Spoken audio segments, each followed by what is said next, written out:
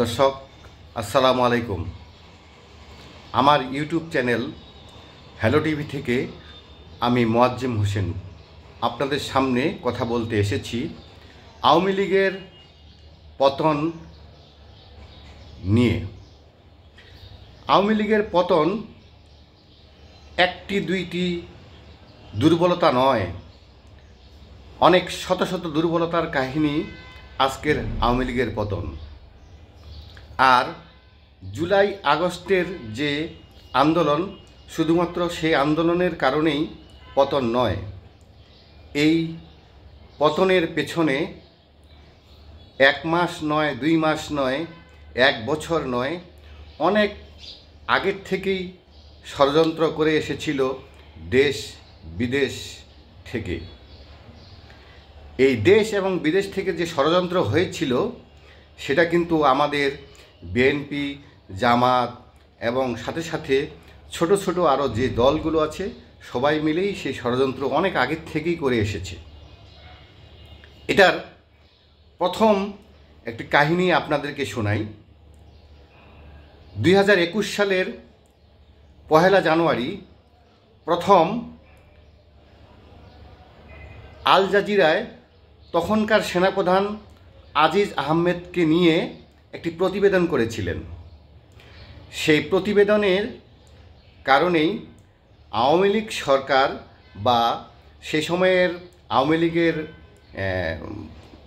নেত্রী শেখ হাসিনা আজিজ আহমেদের মতো একজন দক্ষ এবং চৌকস সেনাপ্রধানকে অবসরের পর দূরে সরিয়ে দিলেন।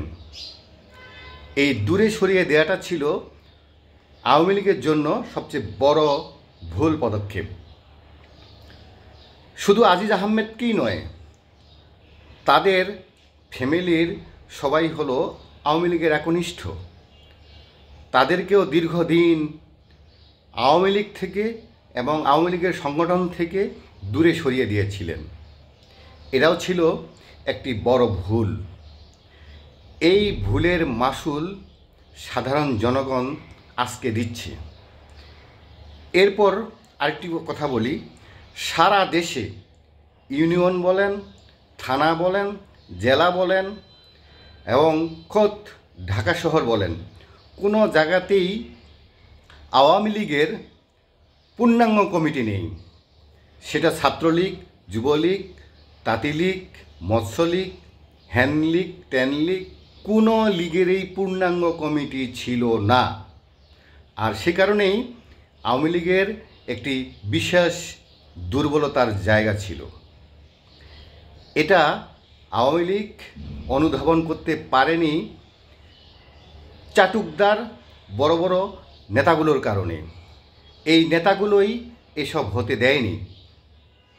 আসলে একটি রাজনৈতিক দলের পূর্ণাঙ্গ কমিটি থাকবে, সেই কমিটি তাদের রাজনৈতিক চর্চা করবে, রাজনৈতিক সভা সমাবেশ করবে, সেটাই হলো একটি দল এবং দেশের জন্য ভালো।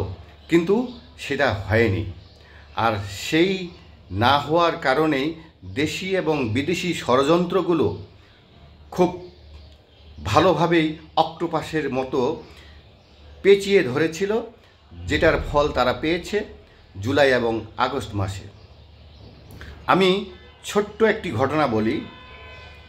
রাজশাহীতে যে মেয়র ছিলেন, সেই মেয়র তার আশেপাশে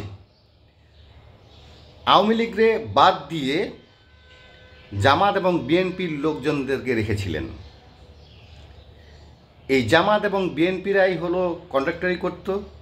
এই জামাত এবং বিএনপির মানুষজনেই কামরুজ্জামানের কথায় উঠত বসত, যে কারণেই রাজশাহীতে সবচেয়ে বড় দুর্ঘটনা ঘটেছে। মনে রাখবেন, আমি শুধু একটা উদাহরণ দিচ্ছি, এমন উদাহরণ প্রত্যেকটি জেলায়, প্রত্যেকটি থানায়, প্রত্যেকটি জায়গায়।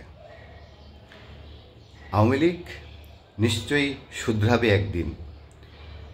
আমরা সাধারণ জনগণ চাই আওয়ামী লীগ শুধরিয়ে আসুক, সেই সব নেতাদেরকে বাদ দিয়ে নতুনভাবে তৈরি করুক তাদের রাজনীতি।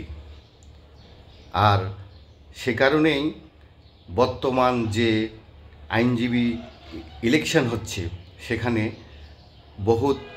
অনেক বড় আশা নিয়েই আওয়ামী লীগকে আবার নির্বাচনে জয়লাভ করাচ্ছে। আমরা চাই আওয়ামী লীগ ফিরে আসুক, আওয়ামী লীগ এই ধরনের রাজনীতিবিদদের দূরে সরিয়ে দেখ। প্রিয় দর্শক, ছোট্ট অল্প সংখ্যক উদাহরণ দিয়ে আপনাদের সামনে হাজির হয়েছি। আমার চ্যানেলটিকে ভালো লাগলে সাবস্ক্রাইব করুন, বেল আইকনটি চাপ দিন। আমি আছি আপনাদের কাছে, আপনাদের সামনে নিয়মিতই আসবো, কথা বলবো। আসসালামু আলাইকুম।